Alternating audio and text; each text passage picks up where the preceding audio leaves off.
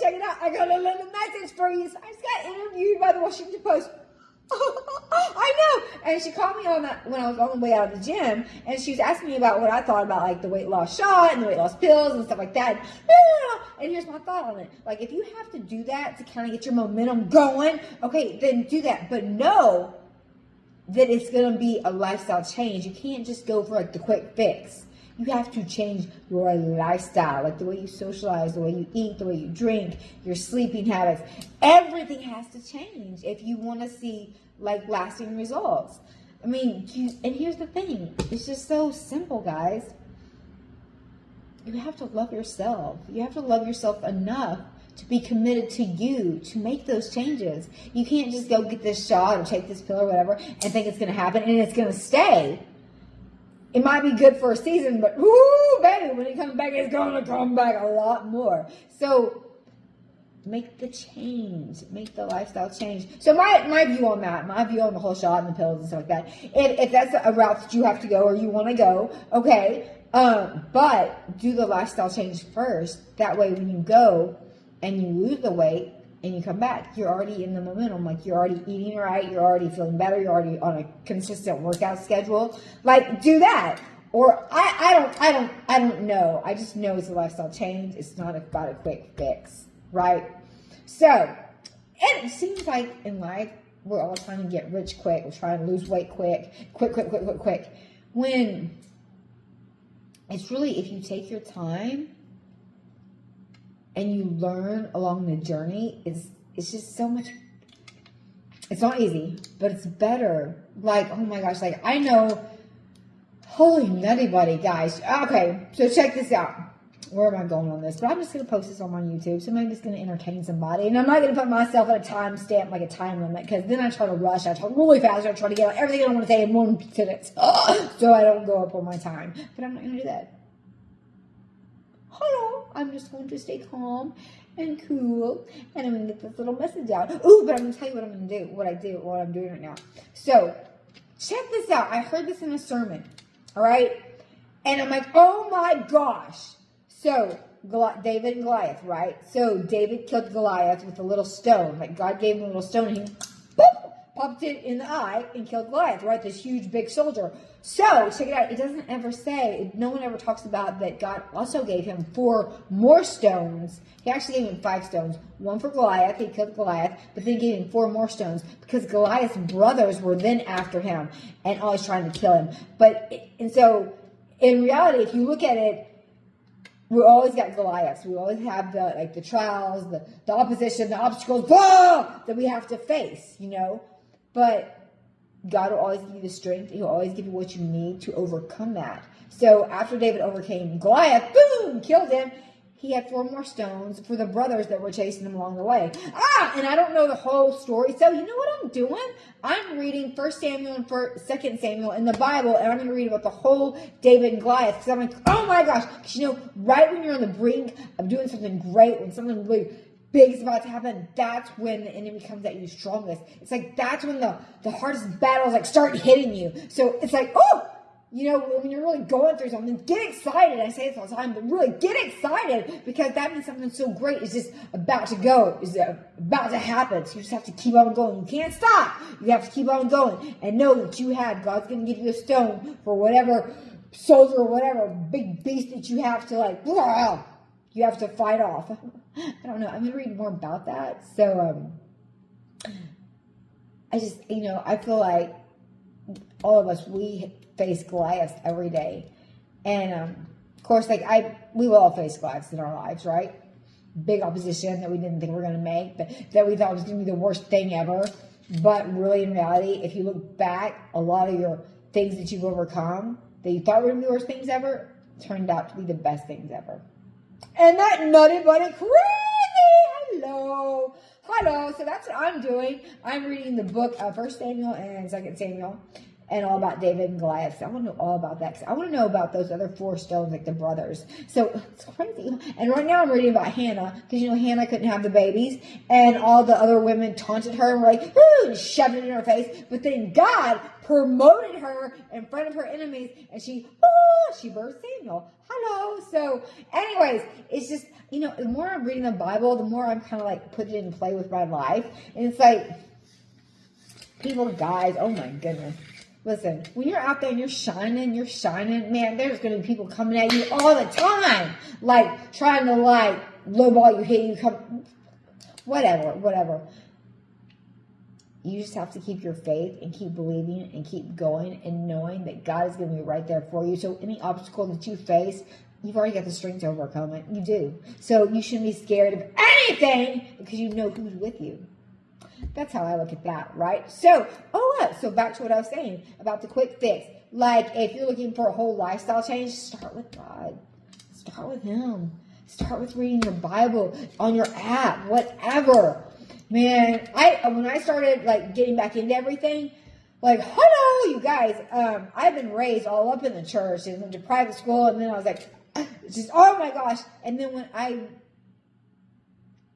really, really needed, I was going through all this stuff, and my mom was really sick, and anyways, I tried to get back into church, and they're like the meanest people to me.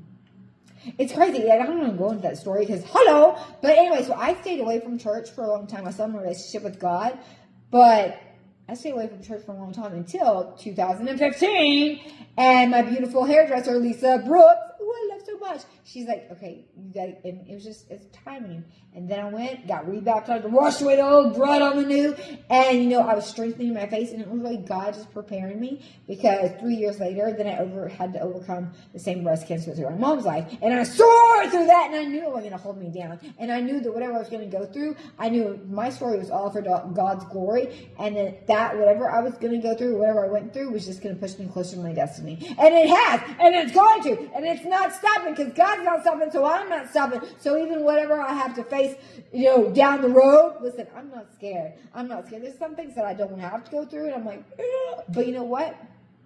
You do it anyways. You just go through it. And you could even go through it or you can go through it, hello, I'm coming out stronger and better than before. Yeah. Or, you can go like Eeyore, oh, I can't do this. And if you do that, then you're not going to be able to do it. But if you go through it knowing that you are doing it and you're going through it, no matter how hard it gets, you're going to go through it and you're going to come out stronger than you were before. You will. I'm speaking from experience. Hello. So anyways, check it out. I'm getting off all track and stuff like that. I get on my YouTube and I start talking. It helps me. I don't feel so alone. And I got this cool little tablet to do my videos on, but I don't even know how to. I'll just stick with the phone. Anyways, okay. Oh, gosh. Guys, I hope my lipstick's on. It doesn't come off. It doesn't come off. It's sticky, but it doesn't come off. That's good. Okay, I'm going to end this video real quick, because I get hungry and then I get tired and then I start talking. I don't even know what I'm talking about. And who knows who watches these? But whatever. Oh, like the reporter today. When I first didn't know who she was, the reporter, I was like, okay, check it out. And then I had my girl there, and I was like, you know what? I was like, it's okay. It's okay. I'll give you my name, because you know what? God is my source. God is my protector. And anything that you say, it's going to come back like, okay, let me just give you my name. That's what I said. And she was like, but then it turns out that she really was from the Washington Post. Cute little thing. Just interviewing me. And I was like, woo! Hello! Okay, I was like, okay, cool. Good. Okay, thank God. Thank you, Lord Jesus. So I don't know how it's going to turn out. But yeah, I got a little interview in. Okay, check this out. So this morning, this is what I read. Let the morning bring me your word, your unfailing love, for I put my trust in you. Lord, show me the way I should go, for I entrust my life to you. I kind of read like I'm hooked on phonics, right? Okay, but check it out. That's what it says. Like, let the morning bring your word to me. And every morning I get up, like I journal, I write in my Bible. I'm like, whew, I just have to be calm and still before I get going, because once that water gets on me, guys, I'm going. I'm like all in. Like it takes a lot to kind of get me to go down. Woo! Blah, blah, blah. Anyways, that was like my little verse today. I just loved it. It was Psalms 143:8. Like, let the morning bring your word to me, because it's your unfailing love that I need. It is. And so let you guys know that I know what I'm talking about. So I've overcome a lot of stuff in my life, right? And I've gone down some roads that I shouldn't have gone down. But God knew I was going to go down them, and He brought me back better than stronger than before. Anyway, so I remember being in jail in that little cold bed, and didn't have a pillow, but they gave us this Bible, and I had the Bible, and I would sleep with the Bible. I wouldn't read it, but I would sleep with it. I grew up in church, right? So I knew God's word. It says in the Bible, stand on my word, like stand on my word. And I don't know, like, even though back then when I was so messed up, guys, I was just running. Like, I was in a whirlwind of pain and denial. But blah! Anyways, so I was in jail because God always has a way about slapping you back on track. And I had a praying grandmother and a praying mom that no way, no drug, no nothing was going to take me out. No matter how far off track I got, like, God is going to bring me back stronger and better than before. And I knew that. Like, I really did know that.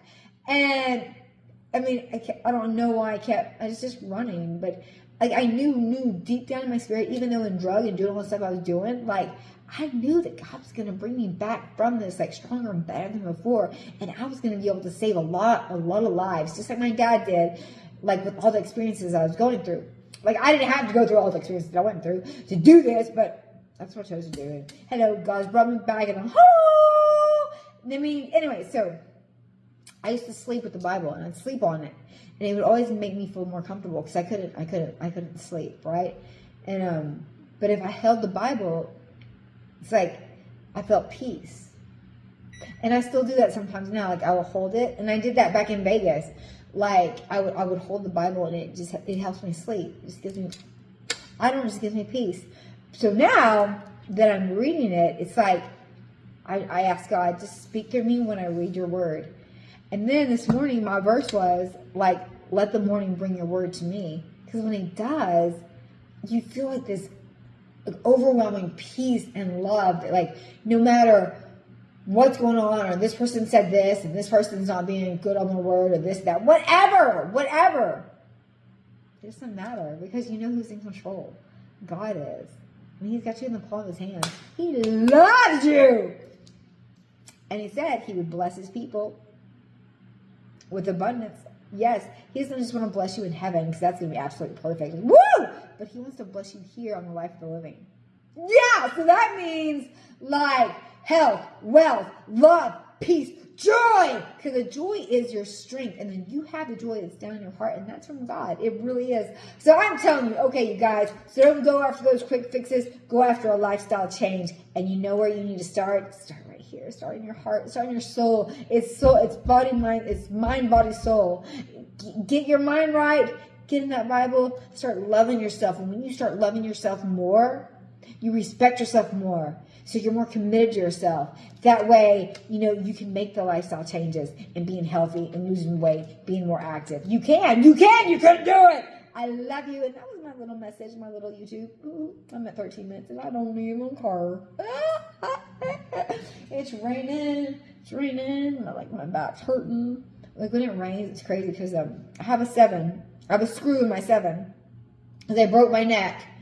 And I bruised the right side of my brain. And you guys kind of know the story, but I bruised the right side of my brain, and I was paralyzed on my left side. The doctors didn't say I was going to walk again, but hello! Anyways, when it rains, my neck, I'm like, and I have like, do I have screws in my knee? I don't know. I remember when I tore my ACL, they attached it back with the cadaver tissue because I was like, listen, I can't be down and out. So listen, we just need to like get this back going. Because I think the quickest fix, there we go. The quickest fix was a cadaver tissue. And see, I went with the quick fix. And so sometimes I'm stuck on my knee, but it's all good. It's all good. I'm good. As long as I don't keep moving. Man, don't keep moving. Just keep moving. Keep moving. When you move, your mind's moving.